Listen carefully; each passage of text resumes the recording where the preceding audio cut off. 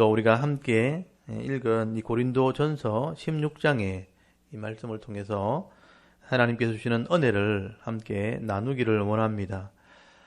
이 고린도전서 16장은 이 고린도전서의 마지막 장이죠. 그러면서 이 안에 내용을 보면 예루살렘 교회를 위한 연보를 준비하는 내용과 또 이 바울의 마지막 당부의 말씀이 기록되어 있습니다. 지금 이 편지를 쓰고 있는 이 바울은 3차 전도행을 하는 중에 에베소에 지금 머물고 있습니다. 에베소에서 3년 동안 하나님 말씀을 가르치면서 제자를 지금 양육하는 일을 하고 있는 거죠. 그러는 중에 이 고린도 교회에 여러 가지 문제가 생겼다는 소식을 듣게 되었고, 하나님께 기도하는 중에 성령의 감동을 따라서 이 문제를 해결하기 위해서 이 편지를 쓰게 된 거예요. 이게 이제 고린도전서 내용을 보면 고린도 전전서가 있었고 고린도 전서 말씀을 이제 기록하게 된 겁니다. 그래서 이 고린도 전전서는 지금 이제 사라져서 성경이 되지 않았고요. 고린도 전서만 지금 성경이 된 겁니다. 이 고린도 전서가 성경이 되었다는 그 의미를 우리가 좀 생각해 봐야 되겠죠. 이 고린도 전서 안에 성도를 향한 영적인 교훈이 담겨져 있기 때문에 하나님께서 이 고린도 전서는 역사 가운데 사라지지 않게 하시고 지금 성경으로 남게 하신 것이죠. 그래서 우리가 계속 봐왔지만 이 고린도전서 1장부터 15장까지는 이 고린도 교회가 성숙하지 못했기 때문에 이런 문제가 생겼다. 여러 가지 문제에 대한 얘기를 기록하게 됩니다. 대충 이렇게 살펴보면 한 10개 이상의 정도의 문제가 기록되어 있는데, 여러분 시간이 지났지만 들어왔던 말씀들을 제가 한번 좀 살펴보면 여러분 1장부터 15장까지 10개 이상의 문제가 나오거든요. 그래서 지금 한번 추억을 해보시면요, 고린도 교회의 가장 큰 문제가 이 분쟁의 문제였죠. 그게 1장부터 4장까지예요. 1장부터 4장까지가 교회가 이렇게 나눠지면 안 된다, 이 그리스도의 십자가로 하나 돼야 된다 하는 분쟁에 대한 문제가 1장부터 4장까지 나와요. 그리고 5장에는 이 음란에 대한 문제가 나옵니다. 교회 안에 들어온 음란의 문제를 해결하기 위해서 5장에 기록했고요. 그 다음에 6장에 이 성도의 다툼에 대한 문제가 나옵니다. 서로 소송을 하고 세상 법정에 고소한 문제를 다루고 있죠. 차라리 손해보는 게 낫지 않느냐 하면서 이것을 판단한 능력이 안 되느냐 하면서 성도의 이 소송의 문제를 다루고 있고요. 그 다음에 7장이 결혼에 대한 문제가 나옵니다. 그 음란이 많은 고린도 도시 가운데 결혼을 해야 되느냐 말아야 되느냐, 그런 결혼에 대한 문제가 7장에 나오고요. 그 다음에 8장이 우상의 제물에 대한 문제가 나옵니다. 우상의 제물을 먹어야 되냐 말아야 되냐 이런 문제죠. 그 다음에 9장이 바울의 사례금에 대한 문제가 나오고요. 10장에 가면 우상 숭배에 대한 문제가 나옵니다. 구약의 이스라엘 백성들이 우상 숭배하다가 이렇게 멸망받은 것을 기억하면서 너희는 그렇게 하지 말라 하고 우상 숭배에 대한 문제가 10장에 나오고요. 11장이 교회 안에 여자의 권위에 대한 문제가 나옵니다. 머리 수건을 쓰는 문제 가지고 전통을 따라야 되느냐 아니면 말씀대로 권위를 어떻게 지켜야 되느냐, 권위에 대한 문제가 나오고요. 그 안에 이제 성찬식에 대한 문제, 잘못된 성찬식에 대한 문제도 11장에 나오고, 그 다음에 이제 12장부터 14장까지 또 3장에 걸쳐서 이 헬라의 이방 종교의 영향을 받은 은사에 대한 문제를 다루고 있죠. 고린도 교회가 이제 분쟁의 문제하고 이 은사의 문제가 제일 큰 문제였습니다. 그래서 이 3장에나 걸쳐서 은사에 대한 문제를 다루고 있고, 그 다음에 이제 15장에 마지막에 헬라의 그 철학을 영향을 받은 부활에 대한 신앙을 부인하는, 부활을 믿지 못하는 사람들에게 부활을 증거하는, 그래서 제가 2주에 걸쳐서 부활절이 이렇게 있어서 부활에 대한 문제를 제가 말씀을 드렸죠. 거기 15장에 부활에 대한 문제가 나옵니다. 부활이 존재하는가, 부활의 몸은 어떤 것인가, 부활의 때는 언젠가 하는 것들을 다루게 되죠. 이렇게 이 많은 문제들이 이 고린도 교회 안에 있었다는 것을 말씀을 하게 되죠. 이런 많은 문제들을 바울이 기록하면서 또 그 해결책을 기록해 놓은 것은 오늘 우리 현대교회도 마찬가지입니다. 이 말씀을 제대로 가르치지 않으면 얼마든지 이런 신앙의 문제들이 생길 수 있다는 것을 말씀을 하게 되는 겁니다. 그래서 바울이 이 하나님의 뜻을 따라서 설명을 하기도 하고 책망을 했던 이 말씀들을 우리가 잘 깨달으셔서 또 우리 교회에서 이렇게 문제가 생겼을 때 이 말씀의 의미를 묵상하면서 성령께서 깨닫게 하시는 은혜를 따라 순종하게 되어진다면 오늘도 이런 영적인 문제들, 이런 신앙의 문제들을 해결되어지는 은혜를 누리게 될 줄 믿습니다. 아마 바울도 이 당시에 고린도전서를 써줄 때만 해도 이렇게 자세히 설명을 해 주었다면 이제 고린도 교회가 어느 정도 이런 문제를 좀 해결할 수 있겠다라고 생각을 했던 것 같아요. 그래서 고린도전서를 써줄 때만 해도 바울은 이제 문제가 해결되겠구나. 그렇다면 오늘 16장에 와서 이런 교회 문제가 좀 해결되어졌을 때 이제 예루살렘 교회를 좀 돕는 연보를 준비했으면 좋겠다 하는 얘기를 하게 된 것입니다. 이건 이제 공식적인 청원이죠. 교회가 교회에게 공식적으로 이런 교회를 돕기 위한 연보를 하기를 청원을 하는 것을 보게 됩니다. 오늘 같으면 공문을 보낸 거죠. 공문을 보내가지고 이런 교회들이 어려움을 당하고 있으니까 함께 도왔으면 좋겠다. 그리고 예루살렘 교회를 위해서 미리 좀 준비해서 연보를 했으면 좋겠다 하는 요청을 하게 되는 내용이 기록되어 있는 겁니다. 이것도 의미가 있다는 거예요. 여러분 1절을 한번 보십시오. 그래서 오늘 본문 16장 1절을 보시면 성도를 위한 연보에 관하여는 내가 갈라디아 교회들에게 명한 것 같이 너희에게도 그렇게 하라. 이렇게 시작을 하죠. 여기 성도에 대한 연보라고 되어 있는데 그게 이제 3절을 이렇게 연결해서 보면 이 성도는 예루살렘 교회 성도를 말하는 것이죠. 그래서 바울이 예루살렘 교회의 성도가 어려움을 당한다는 얘기를 듣고 이미 갈라디아 지역에 이 갈라디아 교회는 명령을 했다는 거죠. 이 얘기는 아시아 지역에 있는 교회들도 이런 연보에 동참을 했다는 얘기를 하고 있는 것입니다. 당시에 이 기록을 이렇게 살펴보면 AD 45년경에 그 예루살렘이 있는 이 팔레스틴 전 지역이요 큰 흉년을 경험하게 됩니다. 이걸 대흉년이라고 그러는데요. 그러니까 AD 45년경에 흉년이 시작돼가지고 그 지역에 있는 모든 그 팔레스틴 지역이 어려움을 당하게 됩니다. 그 안에 이제 예루살렘도 포함되어 있었기 때문에 예루살렘 교회도 그런 이 흉년을 피할 수가 없었어요. 그래서 예루살렘 교회를 여러분 사도행전 보시면 알겠지만 유무상통 있는 자는 서로 나누고 서로 이제 부족한 것을 나누어 쓰고 그랬거든요. 그래서 이제 있는 것들 다 나누어 쓰고 이렇게 모든 사람들이 골고루 살도록 은혜를 베풀었는데 갇힌 어려움이 오니까 예루살렘 교회가 다 같이 어려움을 오기 시작한 거죠. 이 고린도전서가 쓰여진 게 AD 55년경이었거든요. 그래서 45년부터 흉년을 겪고 어려움을 겪기 시작하면서부터 계속해서 이제 예루살렘 교회가 어려움을 당하게 된 겁니다. 근데 바울이 복음을 전하면서 이런 소식을 들은 거죠. 그래서 1차 전도여행, 2차 전도여행, 3차 전도여행을 하면서 에베소에 있으면서 이런 교회들이 이 본교회가 어려움을 당했다는 얘기를 듣게 된 거예요. 이런 복음을 처음 전했던 이 예루살렘 이 본교회가 어려움을 당했어요. 그래서 이 복음으로 개척되어진 교회들이 영적인 빛을 줬잖아요. 그래서 우리가 이런 복음의 빛을 줬으니 육적인 것으로 갚는 것이 마땅하다 하면서 교회들에게 연보하게 될 것을 권하게 된 것입니다. 그래서 바울은 이 에베소에 있었기 때문에 아시아 지역을 다 이렇게 연보를 하고, 아시아 지역이라고 하면 그 당시에 이제 갈라디아 교회가 제일 유명하고요. 그 다음에 히에라볼리 교회, 무슨 골로새 교회, 또 라오디게아 교회, 이런 교회들이 그 당시에 있었어요. 이런 교회들에게 다 연보를 거두게 된 것입니다. 그리고 이 고린도 교회의 문제가 이제 해결되었기 때문에, 이 문제가 있을 때는 좀 곤란하겠지만, 이 문제가 이제 해결되었기 때문에, 이제는 교회가 좀 안정이 되었다면 예루살렘 교회를 돕는 연보를 좀 해달라 청원을 이제 하게 된 것이죠. 그래서 여러분 2절 한번 보시면요. 매주 첫날에 너희 각 사람이 수입을 따라 모아두어서 내가 갈 때 연보를 하지 않게 하라 이렇게 말씀을 하죠. 매주 첫날.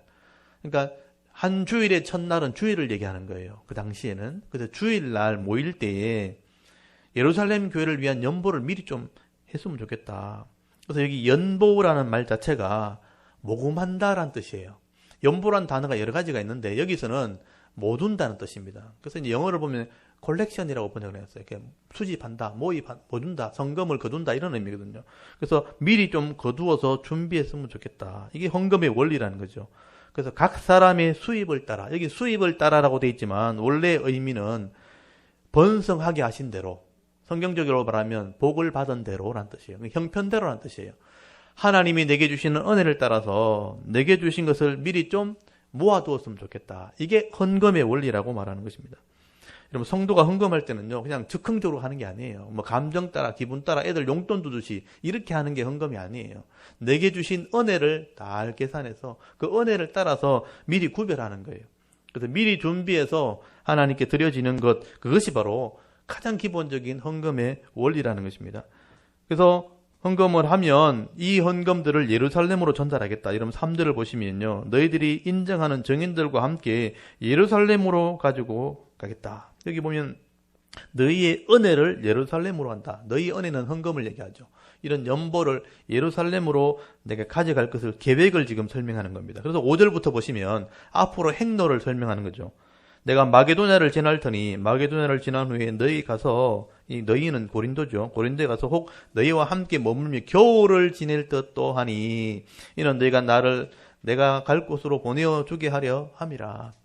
이 번역을 굉장히 좀 이렇게 까다롭게 돼 있지만 이 연보를 거두는 행로를 얘기하는 거죠. 아시아는 지금 연보를 거두었죠. 그리고 마게도냐를 가겠다는 거예요. 이 도로아에서 배를 타면 마게도냐 갈 수 있죠. 마게도냐 가면 마게도냐 여러 교회가 있습니다. 빌립보 교회가 있고요. 데살로니가 교회가 있고 베레아 교회가 있습니다. 이런 이 교회들을 마게도냐를 지나서 연보를 거두고 난 뒤에 고린도로 가겠다는 거예요. 아가야 지역이 고린도예요. 그래서 이 고린도에 가서 연보를 거두고 너희를 살펴보고 난 뒤에 내가 갈 곳 예루살렘이죠. 예루살렘으로 가기를 원한다. 그래서 이 고린도에 가는 이유가 여기 보면 겨울을 지날 듯하다라고 돼 있죠.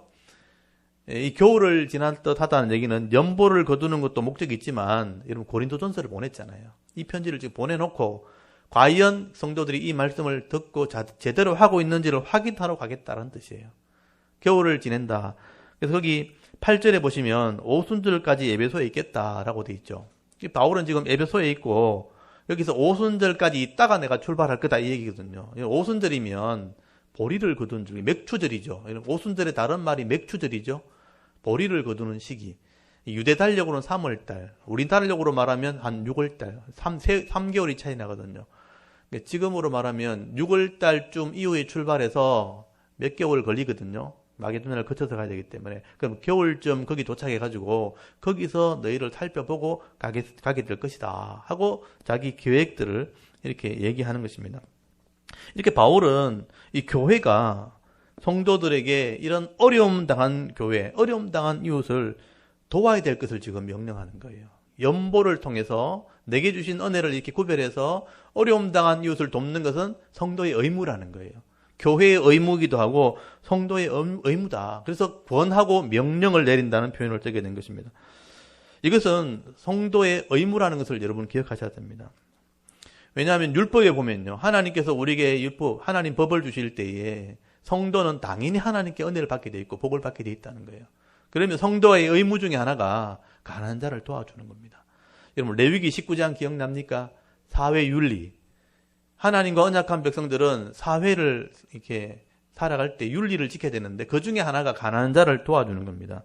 여러분 추수를 할 때 모퉁이는 베지 않고 헐린 나달은 줍지 말도록 명령한 거 기억나시죠? 가난한 자를 위해서 남겨두라는 겁니다. 이게 성도가 해야 될 의무라는 거예요. 하나님이 복을 주시면 가난한 자를 위해, 가난한 자라는 의미는 내 것을 잃어버리고 기업을 갖지 못한 자. 이 얘기는 제가 좀 더 설명하면 왜 가난하게 되었을까요? 똑같이 기업을 받았는데 똑같이 기회를 주었는데 왜 가난하게 되었을까요? 말씀대로 안 살았기 때문에 재앙이 임한 거예요. 말씀대로 안 살았기 때문에 어려움을 당한 거예요. 그러니까 잃어버리기도 하고 기회를 잃어버린 연약한 사람들, 이런 사람들에게 다시 기회를 줄 수 있는 거지 우리 교회가 도와주는 겁니다. 이게 사회에서 우리가 해야 될 일이라. 그래서 실패한 사람, 잃어버린 사람, 또 말씀대로 제대로 살지 못해서 어려움 당한 사람들에게는 이 교회가 다시 한번 기회를 주는 것이 연보라는 거예요. 도와주는 겁니다. 가난한 자를 위해서 도와주는 것이다. 이게 교회가 해야 될 의무다라고 말씀을 하게 됩니다. 그리고 신명기에도 보면 가난한 자를 보았을 때, 내 인생 가운데 그런 연약한 자를 보았을 때 손을 움키지 말고 펴라 이렇게 됐어요. 손을 펴라. 그들을 도와줘라. 그렇게 한다면, 그런 믿음만 있다면 내가 반드시 복을 주겠다고 약속이 되어 있습니다. 여러분 어떤 복이 약속이 되어 있는가? 여러 군데가 있지만 제가 한 군데 찾아보시면 여러분 신명기 15장을 한번 펴보시겠어요? 신명기 15장을 한번 펴보십시오. 구약 성경에 보면 신명기 15장 거기 7절에서 10절까지 말씀을 한번 읽어보겠습니다. 가난한 자를 우리가 믿음으로 도우면 어떤 복을 주시겠다고 약속이 되어 있는가 한 것을 한번 보시기 바랍니다.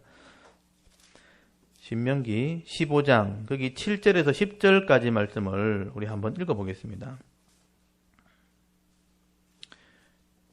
구약성경 285페이지 신명기 15장 7절에서 10절까지 우리 찾으셨으면 우리 7절부터 10절까지를 한번 읽어볼게요. 시작. 내 하나님 여호와께서 내게 주신 땅 어느 성읍에서든지 가난한 형제가 너와 함께 거주하거든 그 가난한 형제에게 내 마음을 완악하게 하지 말며 네 손을 움켜쥐지 말고 반드시 네 손을 그에게 펴서 그에게 필요한 대로 쓸 것을 넉넉히 구워주라. 삼가 너는 마음에 악한 생각을 품지 말라. 곧 이르기를 일곱째 해 면제년이 가까웠다 하고 네 궁핍한 형제를 악한 눈으로 바라보며 아무것도 주지 아니하면 그가 너를 여호와께 호소하리니 그것이 네게 죄가 되리라. 너는 반드시 그에게 줄 것이요 줄 때는 아끼는 마음을 품지 말 것이니라. 이로 말미암아 내 하나님 여호와께서 네가 하는 모든 일과 네 손이 닿는 모든 일에 내게 복을 주시리라. 아멘. 이렇게 기록을 하고 있는 거죠. 네가 살고 있는 성읍에서 가난한 자를 보거든 손을 움키지 마라. 또 악한 생각하지 마라. 면전이 되면 다 탕감해 주는 날이거든요. 그럼 못 받겠지 하면서 안 주는 그런 마음 품지 말고 아낌없이 주려는 믿음을 가져라. 그러면 어떤 복을 주시겠냐? 여러분 엄청난 복이죠. 네가 하는 모든 일, 네 손이 닿는 모든 일에 네게 복을 주겠다. 이렇게 약속을 하는 거죠. 이 복을 다 받기를 원하잖아요. 우리 그렇게 기도하죠. 손으로 하는 모든 일과 손이 닿는 것에 복이 임하게 하옵소서. 근데 아무나 이 복을 받는 게 아니라는 거예요. 이 말씀을 믿고 순종하는 자들에게는 이 복을 주시는 거죠. 세상에는 이 복을 받는 사람도 있고 받지 못하는 사람도 있는 거죠. 여러분 하나님을 믿고 내가 성도라는 것을 믿고 이 말씀을 믿어야지만 행할 수 있는 거예요. 그래서 믿음 있는 사람만 이 복을 받는 거죠. 성도라고 다 복을 받는 게 아닙니다. 이걸 믿기 때문에 행하는 사람, 믿음 있는 사람이 결국 복을 받게 되어 있는 것이죠. 오늘도 여러분 사도 바울이 왜 이렇게 권면하고 이렇게 명령하는가? 성도들은 하나님께 복을 받은 사람들이에요. 그 은혜를 따라서 이 말씀대로 순종하면 반드시 더 큰 복을 받도록 돼 있다. 이거는 복이 욕심나서 그런 게 아니고요. 그게 하나님의 원리라는 거예요. 그 원리를 이해하고 순종하면요. 그 사람은 더 큰 은혜를 누리게 되어 있습니다. 이게 성도의 복을 받는 비결이라 또 헌금의 원리라고 설명하는 것이죠. 오늘도 여러분 이 말씀들을 마음에 잘 새기셔서 여러분 이 믿음으로 교회가 교회를 돕고 또 성도가 성도를 돕고 이웃을 도울 때, 이 손을 펴게 될 때 이 말씀에 기록되어진 복을 다 받아 누릴 수 있는 복된 성도들이 다 될 수 있기를 바랍니다. 아멘. 그리고 오늘 바울이 보시면 이 권면의 말씀도 또 기록이 되어 있는데요. 여러분 10절부터 한번 보십시오. 본문 오늘 10절로 돌아가시면 바울의 마지막 권면의 말씀들이 있습니다. 이 권면의 말씀의 핵심이 뭐냐면 사람들을 좀 잘 대해라 하는 말씀을 하고 있습니다. 바울이 고린도전서라는 편지를 디모데에게 맡겨서 고린도로 보내게 됩니다. 그래서 이 디모데가 너에게 가면 이런 사역자들을 좀 잘 영접해주라. 또 잘 섬겨주라 하는 얘기를 하게 됩니다. 여러분 10절 한번 보십시오. 디모데가 이르거든 너희는 조심하여 그로 두려움이 없이 너희 가운데 있게 하라. 이는 그도 나와 같이 주의 일을 힘쓰는 자임이라. 여기 보시면 디모데가 이 고린도전서를 가지고 가게 되면 말씀을 전하러 가는 거잖아요. 사역자가 가는 거라는 거예요. 그래서 너희는 조심하여 하는 표현이 나오잖아요. 이 조심한다는 단어가 원래는 이제 블레포라는 단어는 본다는 의미예요. 본다. 잘 봐라 이런 뜻. 잘 봐라. 저 사람을 이렇게 처음 본 사람이잖아요. 그럼 잘 살펴가지고 잘 봐가지고 저 사람이 뭐가 필요한지를 좀 잘 살펴라 이런 뜻이에요. 사람을 만나면 저 사람을 좀 잘 살펴봐라. 그리고 저 사람을 이해해라. 그래서 이 어떤 번역에는 마음의 눈을 보고 참 살펴라 이런 뜻이에요. 그러니까 이 사람 외모만 보지 말고 저 사람이 어떤 사람인지 뭐가 필요한지를 잘 살펴라 하는 얘기를 조심하라고 번역해 놓은 거예요. 잘 살펴서 두려움 없이 지내도록 해라. 사역자로 오는 거잖아요. 디모데가 이 고린도 전서의 말씀을 가지고 말씀을 대언하러 오는 겁니다. 이 사람은 나와 함께 말씀에 헌신된 사역자라. 그래서 말씀을 대언할 때 편안히 사역할 수 있도록, 말씀을 전할 수 있도록 디모데를 좀 잘 영접했으면 좋겠다. 여러분 11절에도 한번 보시면요. 11절 한번 보십시오. 11절에 보시면 그러므로 누구든지 그를 멸시하지 말고 평안히 보내어 내게로 오게 하라. 나는 그 형제들과 함께 오기를 기다리노라. 멸시하지 말라는 표현을 썼어요. 멸시한다는 표현은 무시한다는 뜻이에요. 무시하지 말고, 디모데가 그 당시에 나이가 어렸거든요. 그러면 디모데 후서를 쓸 때도 네가 어렸다고 돼 있거든요. 바울이 죽을 때 쓴 편지들 보면 디모데가 아직 어리다고 써놨는데 여기도 더 한참 전이니까 더 젊을 때는 거죠. 젊은 청년이 말씀을 가져가지만 사역자라는 거예요. 이 사람들을 무시하지 말라는 뜻은 어리기 때문에 젊다고 무시하지 말고 평안히 사역하도록 해라. 내게로 돌아오도록 좀 돌봐줬으면 좋겠다. 이 바울이 이런 부탁을 하는 거 보면 대충 분위기를 이해하시겠죠. 고린도의 상황이 그렇게 좋지 않다. 만약 고린도 교회 성도들이 그 정도 성숙함이 있고 잘했다면 이런 말 안 썼을 거예요. 왜냐하면 다른 편지를 비교해보면 알 수 있어요. 여러분 다른 편지를 보면요. 바울이 빌립보서를 썼다든지 빌립보 교회에 썼다든지 데살로니가 전서 또는 후서를 썼다든지 할 때 다른 교회의 편지를 쓴 거 보면 이런 말 하지 않아요. 여러분 바울이 빌립보 교회에 편지 쓸 때 빌립보서 1장 3절에 보면요. 내가 너희를 생각할 때마다 하나님께 감사하며 간구할 때마다 너희 무리를 인하여 기쁨으로 항상 간구한다. 고린도 교회 성도들은 너무 성숙한 거예요. 빌립보 교회 성도들은 너무 성숙한 거예요. 그러니까 생각하면 감사하고 기도하다 보면 기쁨으로 막 기도하게 되는 게 빌립보 교회 성도들이에요. 너무 잘하는 거예요. 여러분 데살로니가 교회도 마찬가지입니다. 데살로니가 전서 4장 9절을 보시면요. 데살로니가 교회 성도들이 편지하면서 여러분 형제 사랑에 관하여는 너에게 쓸 일이 없다. 쓸 것이 없다. 너희들 자신이 하나님의 가르침을 받아 서로 사랑함이라. 데살로니가 교회 성도들은요. 사랑하라는 얘기는 쓸 필요가 없는 거예요. 너무 잘하고 있는 거예요. 그러니까 고린도 교회는 좀 그렇지 않은 거죠. 고린도 교회를 생각해 보면 염려가 되는 것입니다. 그래서 사람을 좀 대하는 게 잘 하지 못한다는 거예요. 그래서 거기 디모데를 보내면서 이런 표현들 조심해서 좀 잘 살피고 또 두려움 없이 지내게 하고 평안히 사역할 수 있도록 좀 도와주라. 그리고 12절에서 보시면요. 이 고린도 교회에 사역하고 있었던 아볼로가 지금 에베소에 와서 바울을 만나고 있다는 걸 알 수 있습니다. 그래서 아볼로를 다시 돌려보내려고 고린도에 같이 좀 가지. 디모데가 지금 가니까 그 사역했던 사람이니까 같이 가서 좀 도와주지. 이렇게 권하니까 아볼로가 뭐라 그러냐면 12절 보십시오. 형제 아볼로에 대하여는 그에게 형제들과 함께 너에게 가라고 내가 많이 권했다고 그러죠. 많이 권하였을 때 지금은 갈 뜻이 전혀 없으나 기회가 있으면 가리라. 여러분 디모데 혼자 보내려니까 걱정이 되니까 아볼로가 가서 같이 좀 가서 도와주지 하니까 아볼로는 어때요? 절대 안 간다 나는. 갈 뜻이 전혀 없다 이 얘기를 문 얘기예요. 아볼로가 고린도 사역할 때 너무나 힘들게 어려움을 당했다는 것을 알 수 있죠. 그래서 다시는 가기 싫다면서 이런 얘기를 하는 거 보면 고린도 교회 상황이 그렇게 만만치 않다는 거예요.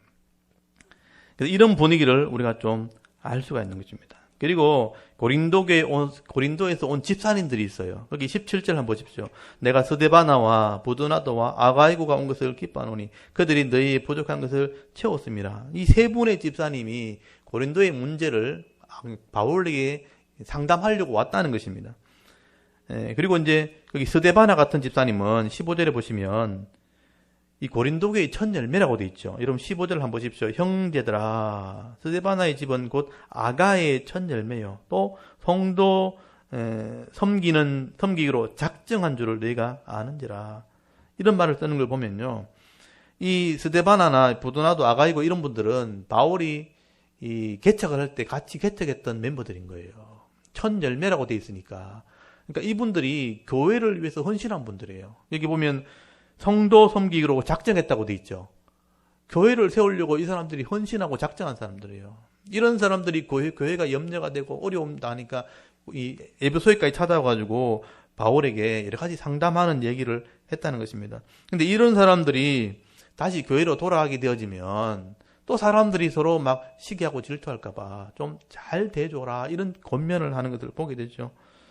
그래서 여기 18절 한번 보십시오. 그들이 나와 너희 마음을 시원하게 하였더니, 이 시원하게 한다는 것은 편안하게 하다, 안심하게 하다 이런 뜻이거든요. 이 집사님들이 나를 편안하게 해줬으니 그러므로 너희는 이런 사람들을 알아주라. 한마디로 써야 돼. 알아주라 이렇게 써야 돼. 이런 알아주라라는 표현을 읽어보면 잘 이해해주라, 잘 좀 해주라 이런 뜻이거든요. 그래서 이제 자기들끼리만 열심히 한다고 시기하거나 또는 이렇게 따돌리거나 이렇게 하지 말고 좀 알아주라는 얘기를 이해하시겠죠. 칭찬해주고 저 사람들이 열심히 하는 걸 보고 하도록 좀 도와주라 이런 의미예요. 알아주라, 좀 알아주라 이렇게 표현되어 있죠. 이렇게 이 바울은 마지막 권면을 하면서 사람들을 좀 잘 섬겨줬으면 좋겠다는 권면을 하게 되는 거예요. 디모데를 보내면서 사역자를 보내면서 멸시하지 말아라, 평안히 보내라, 또 너희를 위해 수고하는 이 집사님들을 좀 알아주라 하는 권면의 말씀이죠. 그래서 이 바울의 이 권면의 말씀이 어떤 의미 있는지를 여러분 좀 잘 묵상을 해야 되는 것입니다. 이 고린도교의 성도들이 지도자를 대할 때나 사람을 대할 때 너무 무심하게 대한다는 거예요. 또는 성도를 대할 때 너무 함부로 대한다는 것입니다. 그래서 좀 사랑으로 사람을 대하고 사랑으로 서로 섬기기를 강조를 하게 되는 것입니다. 그래서 여러분 14절 가보시면요. 14절 한번 보십시오. 14절 가보시면 너희는 모든 일을 사랑으로 행하라. 이 한마디에 다 담겨 있는 거죠. 모든 일을 할 때 사랑으로 좀 해라. 그리고 13절 보시면 깨어 믿음에 굳게 서서 남자답게 강건하라. 여러분 짧게 표현되어 있지만 이 부분을 잘 보시면요. 깨어라 이 말은 아직 안 깨었다는 얘기죠. 그리고 믿음에 굳게 서라 말은 믿음이 안 섰다는 얘기죠. 그리고 남자답게 강건해라 이 말은 남자답지 않다는 얘기죠. 남자답다의 반대가 뭐겠어요? 여자처럼 행한다는 거예요. 그래서 앞에 은사 문제를 보면 여자 보고 잠잠하라 이런 표현이 이 분위기를 얘기하는 것이죠. 그래서 남자답게 좀 여기 보면 강건했으면 좋겠다. 이런 표현들이 이제 고린도 교회 권면의 말씀들입니다. 좀 깨어나고 믿음에 서서 남자답게, 남자가 리더들이니까 여자처럼 막 이렇게 막 말만 하고 다니지 말고 좀 남자답게 좀 해라 이런 의미가 있는 거죠. 그래서 모든 일을 할 때는 사랑으로 했으면 좋겠다. 이게 강조가 되어 있는 거죠. 그래서 22절까지 가보시면요. 만일 누구든지 주를 사랑하지 아니하면 저주를 받을지어다 하고 강하게 써놨어요. 우리 주여 오시옵소서 이러면서 누구든지 주를 사랑하지 않으면 주를 사랑하는 마음이 있어야 이걸 할 수 있거든요. 주를 사랑하는 마음으로 사람을 대하고 또 사람을 대하던 모든 일을 하든 사랑으로 좀 했으면 좋겠다. 이게 바울의 마지막 권면의 말씀이에요. 사람을 대할 때 이런 마음으로 좀 했으면 좋겠다. 여러분 이 바울의 이 마지막 권면을 고린도전서에 마지막 써서 디모데를 보냈잖아요. 그러면 바울이 이렇게까지 당부해서 디모데를 보내서 고린도전서를 보냈다면 또 지사님들이 또 돌아왔겠죠. 이 세 분의 지사님도 돌아갔을 때 이 고린도교회 성도들이 이 바울의 권면의 말을 듣고 잘 순종을 했을까요? 나중에 고린도 후서까지 이제 연결돼서 읽어보면 결론은 뭐냐면 고린도교회 성도들이 결국은 이 권면의 말씀을 듣지 않습니다. 나중에 도리어 거짓 사도들, 잘못된 지도자들이 선동을 해서 바울을 도리어 비난하는 일들이 일어나게 됩니다. 바울이 그때서야 이 고린도교회에 이 많은 문제가 생긴 것이 거짓 사도들 때문에, 거짓 교사들 때문에, 잘못된 지도자들 때문에 그렇게 되었다는 것을 나중에 알게 됩니다. 이 거짓 사도들이요, 바울이 사도가 아니라고 얘기하는 거예요. 바울은 사도도 아니고 바울은 지도자가 아니다 하면서 바울이 전한 복음도 잘못됐다고 이야기를 한 거예요. 그래서 분란이 일어나게 되었고 영적인 혼란함이 생기게 된 것입니다. 그래서 바울이 이런 이 잘못된 이 거짓 사도에 대한 정체를 드러내고요. 그들을 교회에서 쫓아내기 위해서 이 정리하는 문제가 돼서 이게 편지를 쓰게 된 게 고린도 후서예요. 그걸 읽어보면 네가 알 수가 있어요. 그래서 고린도 후서 안에 보면 그 고린도 교회의 문제는 결국은 잘못된 지도자였구나 하는 것을 알게 됩니다. 제가 잠깐 한번 미리 좀 살펴볼 텐데 나중에 고린도 후서를 이제 다음 주부터 보겠지만 미리 잠깐 한번 볼게요. 고린도 후서 11장을 한번 펴보시겠습니까? 고린도 후서 뒤쪽에 보시면 11장 3절에 보시면 고린도 후서 11장 3절 한번 보십시오. 그 분위기를 한번 보시면 고린도 후서 11장 3절에서 4절까지 3절에서 4절까지 한번 읽어볼까요? 3절, 4절 한번 읽겠습니다. 시작. 뱀이 그 관계로 하와를 미혹한 것 같이 너희 마음이 그리스도를 향하는 진실함과 깨끗함에서 떠나 부패할까 두려워하노라. 만일 누가 가서 우리가 전파하지 아니한 다른 예수를 전파하거나 혹은 너희가 받지 아니한 다른 영을 받게 하거나 혹은 너희가 받지 아니한 다른 복음을 받게 할 때 너희가 잘 용납하는구나. 아멘. 이렇게 쓰는 걸 보면 누군가가 와가 다른 예수를 전하고 다른 영을 전하고 다른 복음을 전하는데 잘 용납했다고 돼 있죠. 이런 다른 복음, 다른 예수, 다른 영을 전하는 지도자가 있었다는 것입니다. 이게 마치 하와가 뱀에게 미혹당해가지고 이렇게 범죄한 것처럼 너희들도 이렇게 잘못된 지도자에게 잘못된 교육을 받게 되었다. 이 사람들이 누구냐? 거기 11장 13절 한번 보세요. 거기 11장 13절 이 사람들 이렇게 표현되어 있죠. 그런 사람들은 거짓 사도요라고 되어 있죠. 이 거짓 사도라는 말이 아포스톨로스란 말이 사도란 말입니다. 푸슈도라는 말이 거짓 이름은 푸슈도 아포스톨로스. 이 거짓 사도다. 속이는 일꾼이다. 자기를 그리스도의 사도라고 가장을 하는 자들이야. 이것은 이상한 일이 아니라 사탄도 자기를 광명한 천사로 가장하나니 그러므로 사탄의 일꾼들이라고 있죠. 일꾼 자기를 의의 일꾼으로 가장하는 것이 또한 대단한 일이 아니니라. 그들의 마지막은 그 행위대로 되리라. 여기 보면 거짓 사도 또는 속이는 일꾼 또는 사탄의 일꾼 이런 표현들을 보면 자기를 의의 일꾼으로 가장하는 자들. 겉으로 굉장히 화려한 것처럼 자기에게 되는 것처럼 이 사도들의 이 추천서를 가지고 와가지고 막 이렇게 자랑하는 사람들이 있었다는 거죠. 나중에 바울이 이걸 알게 된 거예요. 이 고린도 교회가 결국 문제가 생긴 것이 이런 거짓 사도들이 다른 예수를 가르친 거예요. 또 다른 영, 성령이 아닌 다른 영을 전했고요. 또 이 복음이 아닌 다른 복음을 전하게 될 때 고린도 교회 성도들이 그걸 다 받아들인 거예요. 그래서 서로 분란이 생기고 또는 다툼이 일어나고 영적인 혼란함이 생기게 된 것을 나중에 알게 된 것입니다. 그래서 바울이 고린도 후서에 이 문제를 해결하기 위해서 교회를 회개시키고요. 원래 교회의 복을 회복하려고 고린도 후서를 쓰게 된 겁니다. 이제 앞으로 하나씩 배우게 될 겁니다. 이걸 보면서 이 교회가요. 이렇게 하나님 이름으로 세워져도 이런 하나님 말씀을 제대로 배우지 못하고요. 성숙하지 못하면 언제든지 이렇게 무너질 수 있다는 거죠. 이런 혼란에 빠질 수 있다는 것을 고린도 전서를 보면서 우리가 배우게 되는 것입니다. 여러분, 교회라 그래서 다 이렇게 은혜로 되는 게 아니라는 거예요. 여러분, 한국 교회도 마찬가지입니다. 이 한국 교회도 많은 이단들이 나왔잖아요. 이 이단들 때문에 잘못된 교육을 하고 잘못된 가르침을 하게 될 때 교회가 이런 혼란이 오게 되는 거죠. 여러분, 구원파, 또 신천지, 지금 가장 큰 문제가 되어 있잖아요. 안상홍 증인, 하나님의 교회, 또 통일교, 여호와의 증인들, 다 이런 이단들 때문에 다 교회가 어려움을 겪게 되죠. 근데 하나님 왜 이런 이단들 그냥 내버려 두시는가? 사실은요, 하나님이 교회를 더 강하게 하려고 바로 하려고 그냥 이단들 내버려 두는 거예요. 교회가 정신을 차리지 못하고 있고 잘 못하면요, 이단들이 교회를 이렇게 어지럽게 만드는 겁니다. 여러분, 어차피 하나님은 이단들을 심판해요. 마지막 때가 되면요, 잘못된 지도자는 하나님이 다 심판하는 거죠. 근데 교회가 하나님 말씀대로 제대로 안 하니까 이런 교회를 통해서, 이단들을 통해서 교회를 흔들어 버리는 거예요. 그러면 정신을 차리는 거죠. 그래서 강하게 되기를 원하는 것이죠. 그렇다면 우리가 이런 분위기 속에서 하나님 마음을 이해했다면 지금 우리가 뭘 해야 되는가? 하나님의 법을, 하나님 말씀을 바로 배워야 되는 거예요. 하나님 말씀을 배우고 말씀과 진리로 더 강해지게 되어질 때에 이런 바른 진리와 바른 말씀을 가지고 있으면요, 어떤 이단들이 와도 흔들리지 않습니다. 제가 이걸 배우면서 제가 이제 이걸 깨닫게 된 거죠. 저도 알게 된 거죠. 그래서 바울이요, 이 고린도 교회 상황을 보면서 에베소 교회에서 뭘 했는지 한번 보세요. 고린도 교회 이렇게 흔들리는 모습 보면서, 이런 교회가 지도자들 때문에 흔들리는 모습 보면서 바울은 지금 에베소에서 더 말씀을 가르치는 거예요. 아, 이게 더 중요하구나. 그래서 바울은 3년 동안 에베소에서 말씀을 가르치면서 제자를 키웁니다. 제대로 된 지도자를 양육하는 거예요. 이게 교회를 세우는 거구나. 그래서 바울이 3년 동안 사역을 하고 나서 정리해서 쓴 게 뭐냐면 로마서예요. 로마서의 의미를 아셔야 돼요. 여러분, 말씀을 제대로 가르칠 때 복음이 정리가 되는 거예요. 진리가 정리가 됩니다. 복음이 뭔가? 분명한 믿음과 분명한 소망을 가지게 되는 거죠.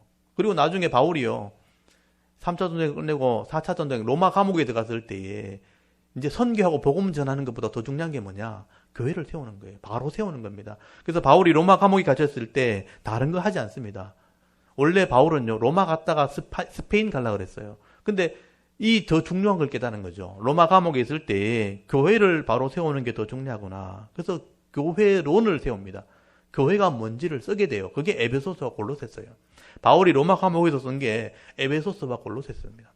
교회를 세우기 위해서 3년 동안 사역했던 에베소 교회를 위해서 교회론을 쓰게 되는 것입니다. 이 교리를 정리하게 된 거죠. 여러분, 성도가 하나님 말씀을 바로 배우고 가르치게 되어질 때에 복음이 정리가 돼요. 복음이 뭔지를 분명하게 알게 되어지고요. 교회의 사명이 뭔지를 알게 됩니다. 성도의 사명이 뭔지를 알게 되는 거죠. 그래서 이 땅에 바른 교회를 세우는 게 우리의 꿈이고 우리의 비전이 되어야 되는 거죠. 그래야 하나님이 이 땅에 복을 주시고 성도가 복을 받게 되는 거죠.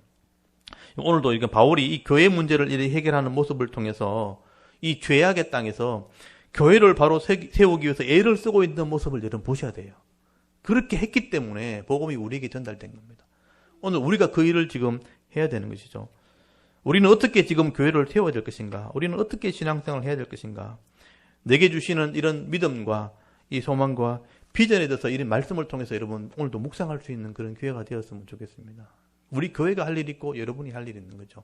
그래서 말씀을 제대로 배울 때만 그것을 우리가 정리할 수 있는 것입니다. 그래서 오늘도 이 바울이 마지막으로 쓰는 이 고린도 전서 16장 말씀을 통해서 바울이 어떤 일을 마지막으로 하게 되었는가, 또 바울이 그렇게 애썼던 일이 무엇인가를 묵상하시면서 우리의 할 일을 다시 한번 깨닫는 은혜가 있기를 바랍니다. 오늘도 우리가 하나님 말씀으로 이 교회의 기초를 세우고요, 바른 지식 또 바른 믿음으로 이 교회 공동체를 세울 뿐 아니라 이런 믿음 위에서, 그런 바른 믿음 위에서 구제도 하고 또 믿음 위에서 선교도 하고 전도와 선교를 감당하게 되어질 때에 우리가 이 세상 속에서 하나님이 원하시는 정말 빛과 소금의 역할을 잘 감당할 수 있는, 그 사명 감당할 때 은혜와 복을 받아 누릴 수 있는 저와 여러분의 남은 생의 삶과 우리의 신앙이 될 수 있기를 주의 이름으로 축원합니다. 아멘. 잠깐 기도드리겠습니다.